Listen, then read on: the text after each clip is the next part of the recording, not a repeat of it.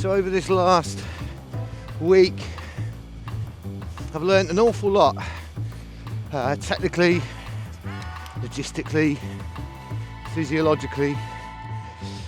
But I think one of the things that I sort of wasn't really thinking about learning about, but I definitely have, the mental thing, not the mental strain of riding 100k a day for 21 days, because that's pretty scientific really.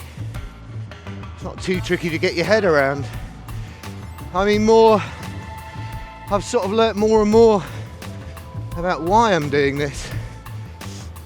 So that's sort of what I wanted to talk about today, because I'm out on my own for a couple of hours easy, and when I get a chance I'll show you the stunning scenery that I'm riding through here on the west coast of England. It's a little bit chilly, it's a little bit breezy the way I'm heading at the moment, and I'm not exactly going to be riding hard today.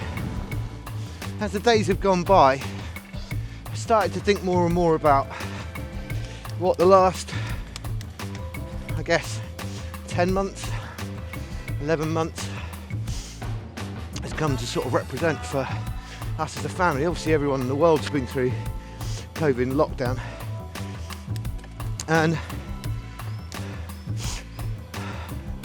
whilst we've all had a lot of the shared experiences, I started these videos nearly 3 years ago with the intention of focusing on my sort of mental and physical well-being, and focus being Bristol Triathlon 3 years ago.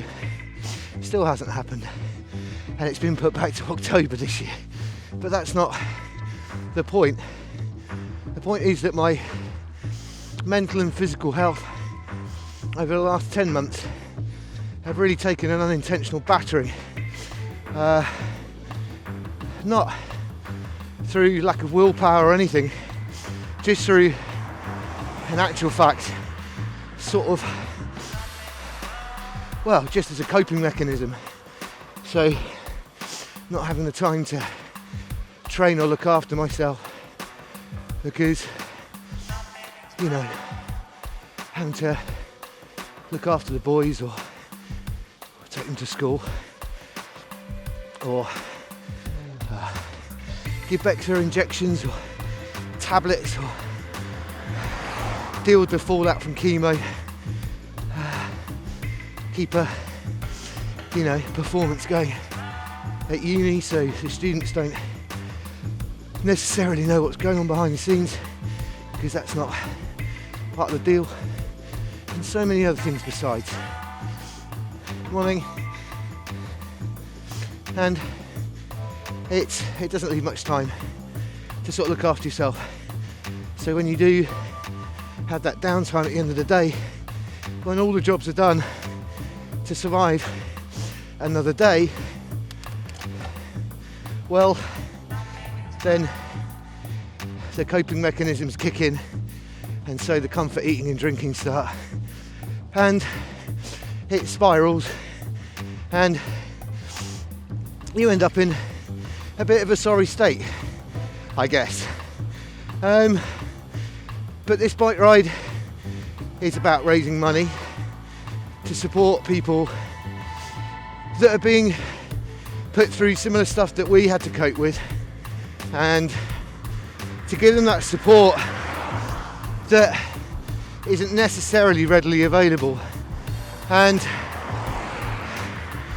I'm incredibly grateful for all the support that we had from family and friends and from the hospitals for the entire duration, and I want to give something back.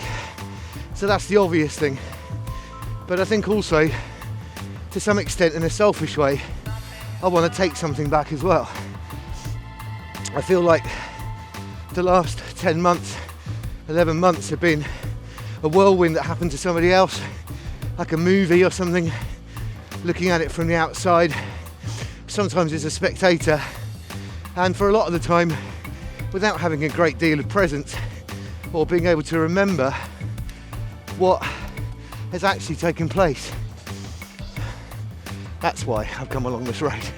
So I guess what I'm trying to say is this is about a little bit of ownership, I'm guessing. A little bit of self-belief, trying to claim something back for myself and get something positive and valuable out of this for myself and for my family and for the people that are struggling to go through similar stuff. And I guess that's what this last 3 weeks has brought home, is the fact that there's going to be a certain amount of discomfort. I don't think the word grueling is the right word. I hate that when they write that in articles about triathlon. Grueling endurance event. But we can climb off the bike, we can stop running. When you're stuck trying to save your life in a bed, being pumped through horrible chemicals that are going to make you feel sick and make you feel increasingly sick throughout the entire time until your next round, and having to go through that relentlessness, that, my friends, is a grueling endurance event. And if we can make people's journey through that a little easier somehow, I think it'll be worth every pedal stroke. And it really isn't a big deal from my perspective to climb on my bike each day and ride it for 4 to 6 hours. It's not a big deal, and I shouldn't regard it as such. Anyone could do this. It's just sometimes people need the trigger to do things, and I've been given that trigger, and it's not one that I would have wished on anybody at any point. So I don't know if I've got more to say. We'll see as the ride goes on whether I've got any more thoughts, but that's kind of where I'm at right now in terms of my own sort of concept of what I've got out of these 3 weeks. The other thing I probably need to bear in mind is that I'm probably better off vlogging and talking on the flat. Sorry for all the huffing and puffing.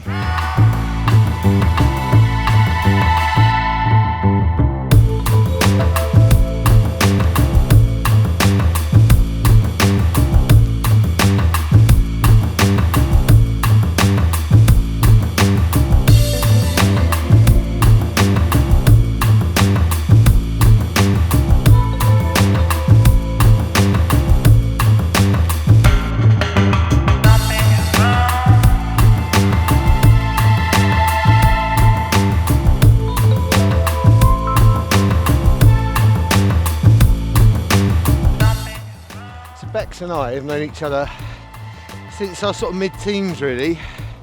We met here in Clevedon, well, more or less here. I was living in Nailsea at the time, but on the west coast of England, near Bristol.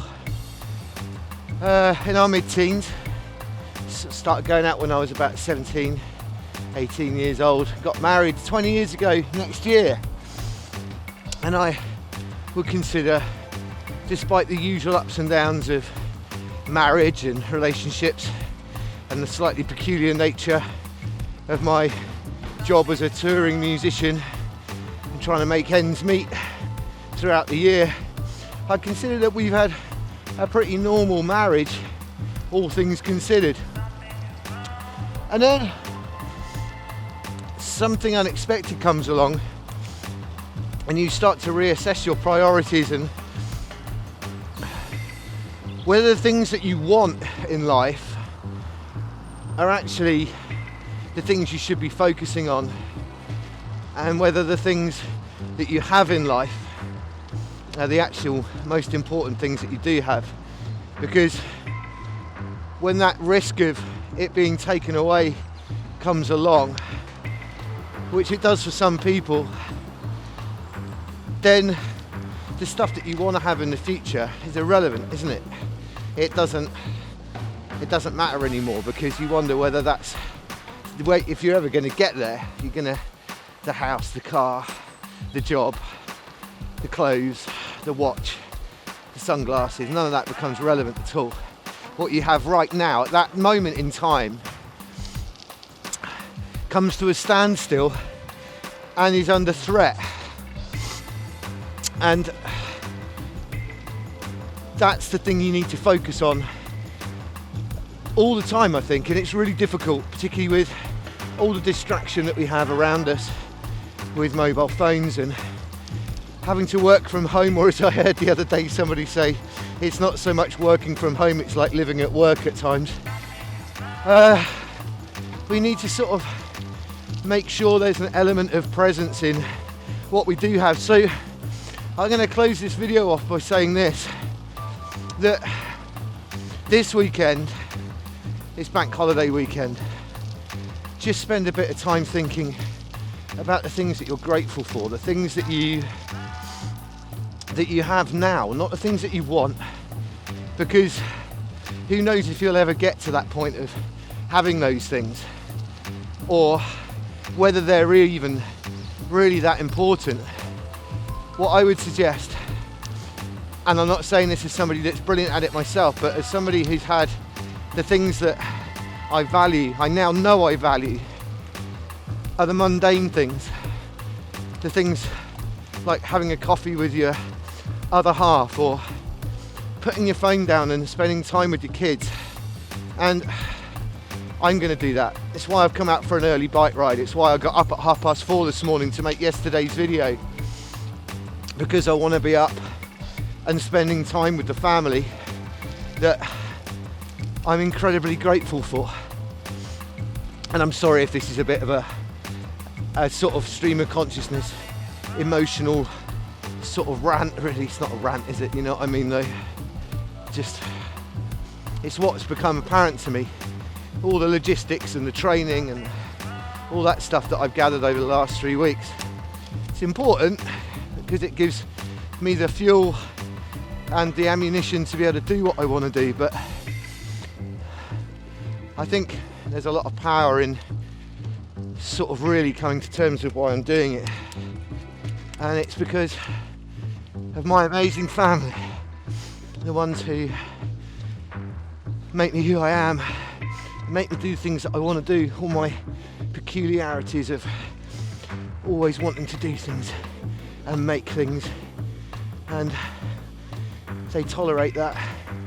I was going to say they're supportive of it, but I don't think they're so much supportive as tolerant, and I'm so incredibly grateful for that. They allow me to be who I want to be and who I feel most comfortable being, and if I can't value that in some other humans and spend some time with them this weekend, then I'm making some big mistakes.